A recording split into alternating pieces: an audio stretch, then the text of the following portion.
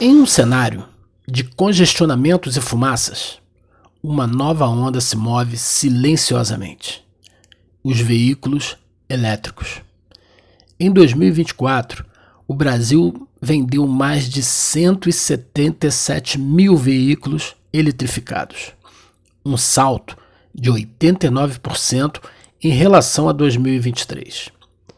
Mas o que isso significa para o futuro do mercado automotivo brasileiro?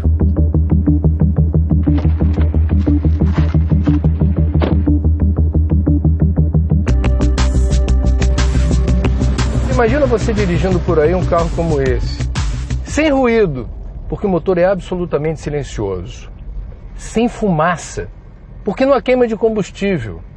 Alguém poderá dizer que esse é o carro do futuro. A verdade é que em vários lugares do mundo o futuro já chegou.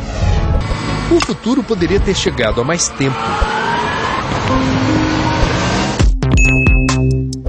A tecnologia do carro elétrico foi desenvolvida na mesma época dos motores a combustão, no final do século XIX. E lá se vão mais de 100 anos. Só que a autonomia das baterias era muito pequena. Os carros a combustão logo se tornaram mais baratos, principalmente com o modelo de produção em série e a expansão da indústria do petróleo. Desde então, essa vem sendo a trilha sonora da civilização.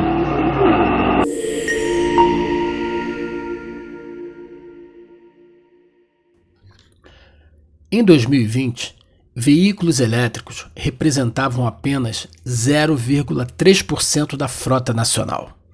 Em 2024, já somam quase 1%, um crescimento impulsionado por mudanças no comportamento do consumidor, por políticas públicas e por investimentos.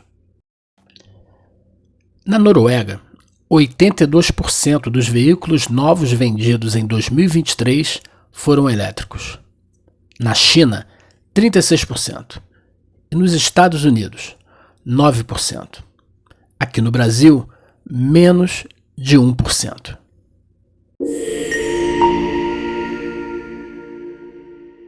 A viagem de carro entre as duas maiores cidades brasileiras já pode ser feita sem uma gota de combustível, só com eletricidade. A Via Dutra acabou de inaugurar postos de recarga para carros elétricos entre São Paulo e Rio.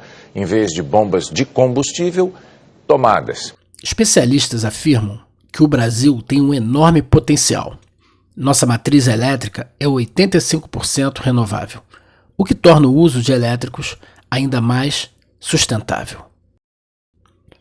Apesar do crescimento, os entraves são claros: altos custos, infraestrutura insuficiente e baixa oferta de modelos populares. Hoje, um carro elétrico custa em média 2,5 vezes mais que um carro a combustão equivalente. É que as pessoas, quando falam de carro elétrico, elas tendem a acender um farol como quem olha para o futuro. Mas eu convido as pessoas a olharem para o espelho retrovisor. O carro elétrico nasce antes do carro a combustão. E se você pegar um documentário chamado Por que o carro elétrico morreu, e que deu origem também a uma verdade inconveniente de Al Gore, quando foi candidato a vice-presidente dos Estados Unidos, você vai ver que o carro elétrico ele já morreu 3 vezes na história do automóvel. E essa é a 4ª tentativa de fazer o carro elétrico rampar. Veja, eu digo tentativa, não estou dizendo que ele vai morrer desta vez. E quais foram os motivos pelo que o carro morreu? É só você estudar um pouco.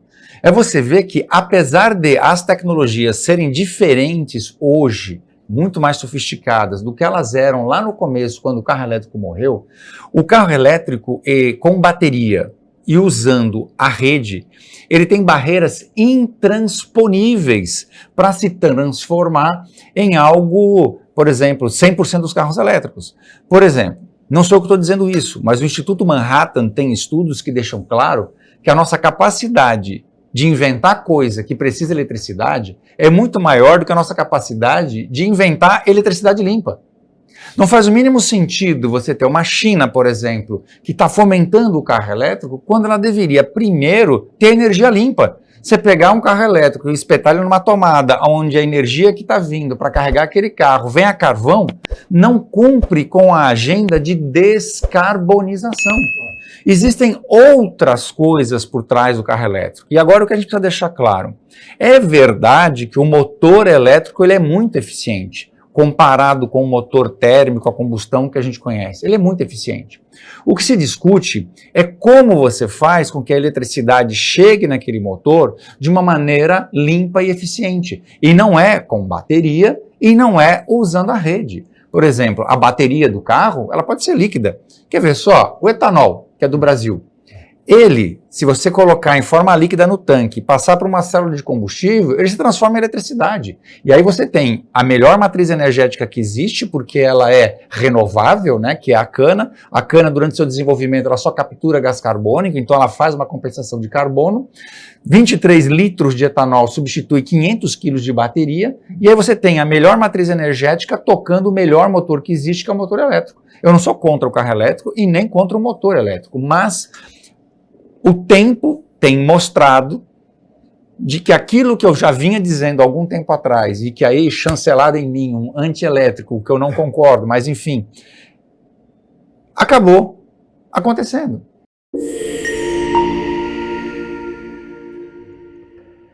Programas como o Mover estimulam a produção de veículos de baixa emissão. E mais de 3.500 pontos de recarga já foram instalados em todo o país. A nova fábrica da BYD, em Camaçari, terá capacidade para produzir 150 mil veículos por ano.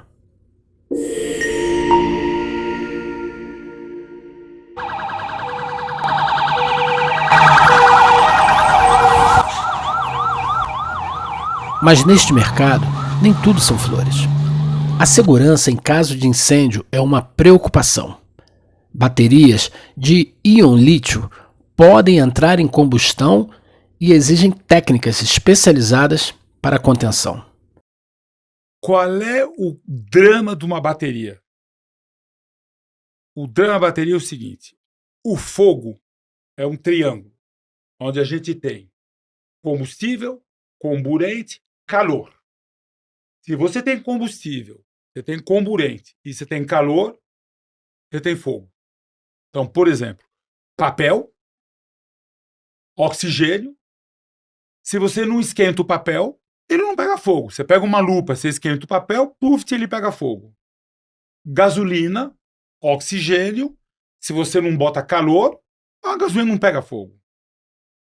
Qual é o problema da bateria? Dentro da bateria, você tem o combustível e o comburente dentro da bateria. Toda bateria tem isso dentro dela, combustível e comburente. Então, se você esquentar a bateria por qualquer razão, puf, ela pega fogo. Não tem jeito. E como a bateria ela tem combustível e comburente, quando ela pega fogo, você pode jogar ela no mar. Ela vai continuar pegando fogo lá embaixo do mar, até ela esfriar. Então, por exemplo, se você entra no YouTube, de novo, vamos falar de Tesla, que é um baita carro elétrico. Tesla Fire USA, você vai ver um monte de Tesla pegando fogo, que acontece. Aí você vê bombeiro chegando, joga água, o fogo muda de azul para verde. Basicamente, você baixou a temperatura do fogo, você não apaga o fogo. Até você esfriar ele o suficiente para ele apagar. Então, bateria pega fogo. Acontece. O meu sócio na França tem 180 concessionárias. 180 concessionárias. É o segundo maior distribuidor de carro na França. Ele nunca teve incêndio. O ano passado ele teve 3 incêndios nas concessionárias deles por causa de carro elétrico. Em 180. As 3 concessionárias, ninguém se machucou, mas perdeu todo o estoque. E uma delas, depois de 2 dias, um dos carros elétricos pegou fogo de volta. Depois ele já teria apagado o fogo. Então, bateria pode pegar fogo. Outro desafio é a autonomia. Quanto maior a velocidade e a distância, menor a autonomia do veículo. um obstáculo num país de dimensões continentais como o Brasil. Muitos especialistas já vêm alertando que para viagens longas os elétricos ainda não são a solução, mas para o uso urbano seu desempenho é imbatível. A tecnologia do carro elétrico está barateando de custo e o carro está ficando, a infraestrutura está melhorando. Então o brasileiro está perdendo um pouco do medo, aquele receio de comprar um carro elétrico, aonde eu vou carregar, como funciona.